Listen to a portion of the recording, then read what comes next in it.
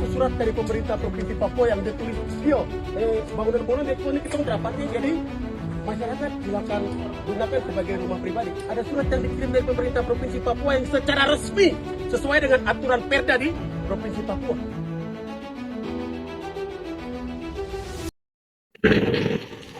Selamat malam, saya Direktur LBH Papua.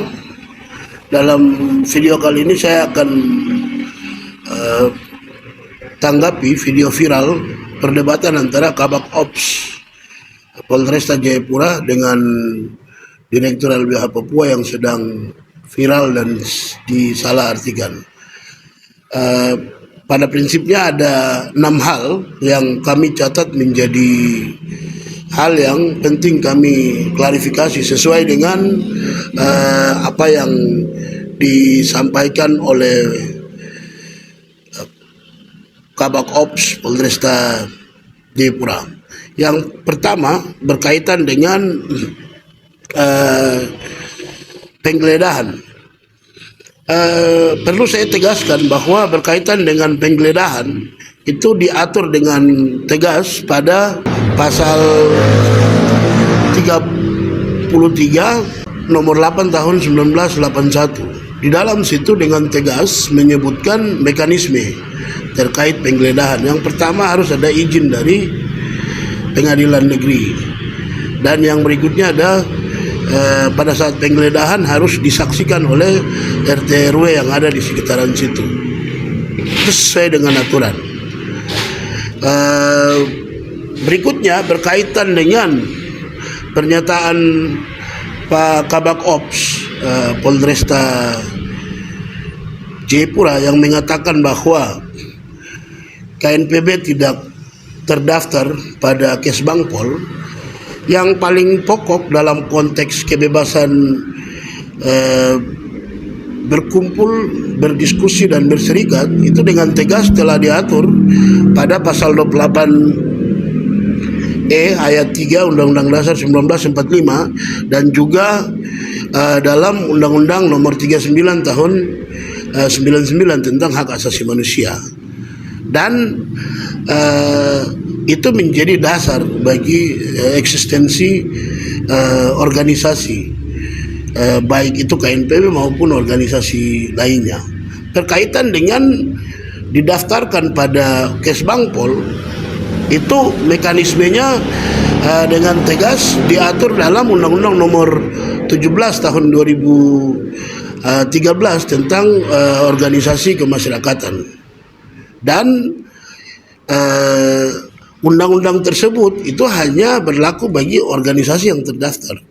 Sementara yang tidak terdaftar itu tidak tunduk pada aturan tersebut. Dan yang perlu diketahui yaitu berkaitan dengan mekanisme pembubaran organisasi itu diatur pada pasal 70 dan 71. Caranya adalah diajukan ke kejaksaan, kemudian diajukan ke pengadilan dan akan disidangkan dan akhirnya akan diputuskan.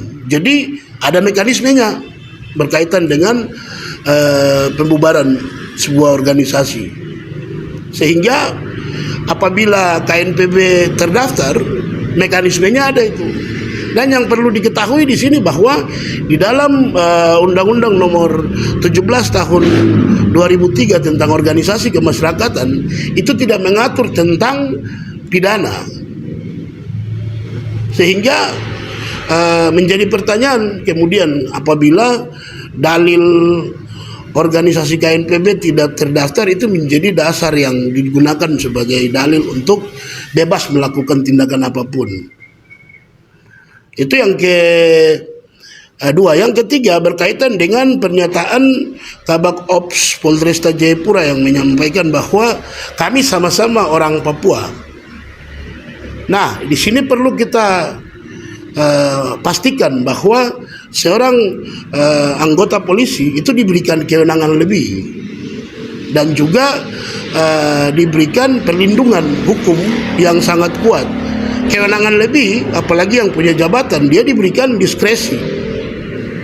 Itu yang pertama. Yang berikutnya berkaitan dengan perlindungan berkaitan dengan perlindungan, dia dilindungi pada pasal 212 KUHP.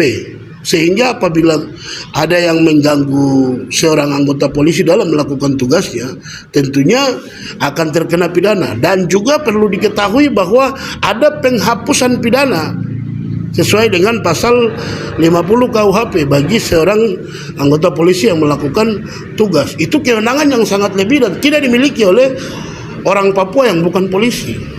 Sehingga di sini kita tidak bisa menggunakan dalil kita sama-sama orang Papua. Memang sama-sama orang Papua, tapi karena Anda sebagai anggota polisi, Anda punya kewenangan lebih dan kekebalan hukum. Contoh seperti saya yang sebagai advokat, saya hanya dilindungi oleh undang-undang advokat dan itu hanya punya hak impunitas yang tidak bisa dilapor secara pidana dan perdata. Dan atas dasar itu kita sudah bisa menilai bahwa penggunaan kalimat kami sebagai orang Papua rambut keriting kulit hitam itu tidak bisa kita jadikan dasar, karena Anda sebagai polisi Anda punya kewenangan lebih besar dari itu. Yang berikutnya, pernyataan yang keempat berkaitan dengan kami tidak melakukan tindakan kekerasan pada saat itu atau melakukan tindakan pemukulan. Yang menjadi pertanyaan kemudian atau menjadi fakta yang kami temukan di lapangan, yaitu ada penangkapan secara sewenang-wenang yang dilakukan terhadap Omison Balingga dan juga Sadrat Laguan.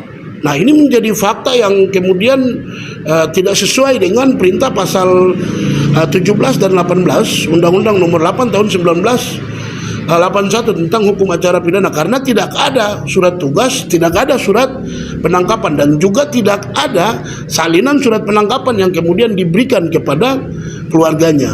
Ini kemudian menunjukkan bukti bahwa penangkapan terhadap keduanya itu dilakukan secara sewenang-wenang dan itu melahirkan fakta adanya pelanggaran pasal 6 huruf Q Peraturan Pemerintah Nomor 2 Tahun 2003 tentang disiplin kepolisian.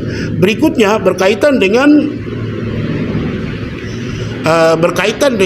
dalil ini adalah rumah atau tanah milik pemerintah. Kalau memang itu yang dijadikan dasar, kenapa rumah lain selain tempat di mana ada teman-teman melakukan kegiatan pernyataan sikap merayakan Hari Anti Rasisme itu saja yang dijadikan dasar? Kalau memang itu didalilkan sebagai tanah pemerintah, semestinya kan masyarakat sipil lainnya yang sedang tinggal di wilayah pemerintah itu dilakukan penggeledahan ataupun pengusiran. Nah, di sini kemudian kami temukan adanya fakta diskriminasi dalam melakukan menggunakan dalil tersebut, karena tidak dilakukan pada semua rumah yang ada di sana. Nah, atas dasar tindakan diskriminasi tersebut, jelas-jelas itu kemudian melahirkan fakta pelanggaran HAM dalam konteks perlakuan diskriminatif yang dilakukan oleh pihak kepolisian pada saat melakukan tugasnya. Di atas dari itu, berkaitan dengan dalil tidak nyaman atau tidak membuat masyarakat lain membuat masyarakat lain terganggu.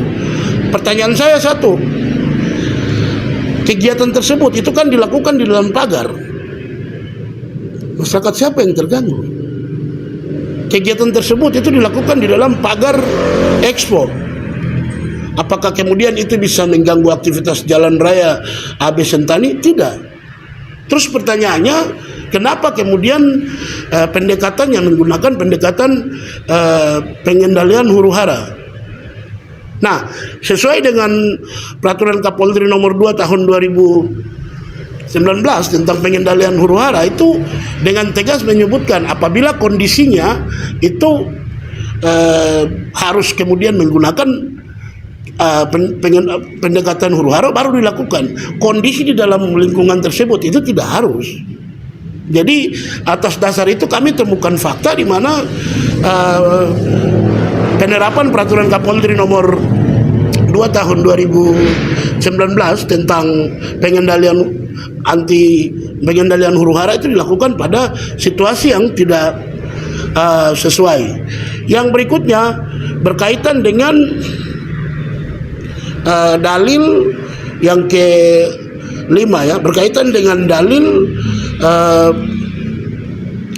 agenda tersebut dibuat 2 hari, dan itu menjadi pertanyaan tersendiri bagi Kapolres sehingga bagi Kabakop sehingga mereka mendatangi tempat itu. Yang perlu saya tegaskan bahwa kegiatan tanggal 15 Agustus tahun 2024 itu telah diantarkan surat pemberitahuan ke Polda maupun juga Polresta pada tanggal 12 Agustus 2024. Nah, kemudian menjadi pertanyaan, kenapa pendekatannya itu dilakukan dengan pengendalian huru-hara bahkan di semua titik pada tanggal 15, baik di Pernas 3, Expo, depan Uncen, bawah, dan juga di AB Pura itu kemudian dipukul mundur dengan cara menggunakan water cannon. Ini kan kemudian menunjukkan fakta di mana justru aparat kepolisian yang kemudian melakukan tindak pidana demokrasi sesuai dengan pasal 18 Undang-Undang nomor 9 tahun 1998 tentang kemerdekaan menyampaikan pendapat. Dan atas dasar itu tentunya menunjukkan pelanggaran peraturan Kapolri nomor 2 tahun 2019 tentang pengendalian huru-hara karena dilakukan dengan cara yang tidak dilakukan kepada masa aksi, melakukan dengan cara yang damai. Dan ini juga lagi-lagi menunjukkan pelanggaran peraturan Kapolri nomor 8 tahun 2009 tentang implementasi standar dan pokok hak asasi manusia dalam tugas-tugas kepolisian negara Republik Indonesia. Yang keenam yang perlu saya tegaskan di sini yaitu berkaitan dengan etika berkomunikasi dan juga etika bernegosiasi. Saya pikir di pasal dalam peraturan Kapolri nomor 8 tahun 2009 tentang implementasi standar dan pokok hak asasi manusia dalam tugas-tugas kepolisian itu dengan tegas menyampaikan agar pimpinan Kapolri di wilayah hukum manapun wajib memberikan pelatihan terkait etika berkomunikasi dan berkomunikasi yang baik kepada bawahannya. Saya pikir dari perdebatan yang kami lakukan pada tanggal 16 itu saya tidak melihat adanya etika berkomunikasi dan juga bernegosiasi yang baik dipraktekkan pada saat itu, karena jujur saya pada saat itu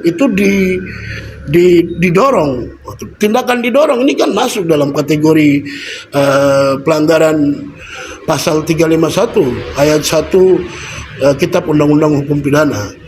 Dan yang berikutnya, ketika kita berdebat, tidak ada ruang yang kemudian diberikan kepada saya untuk kemudian menjelaskan apa dasar saya sampaikan penggeledahan itu harus dilakukan dengan adanya surat izin dari pengadilan dan juga disaksikan oleh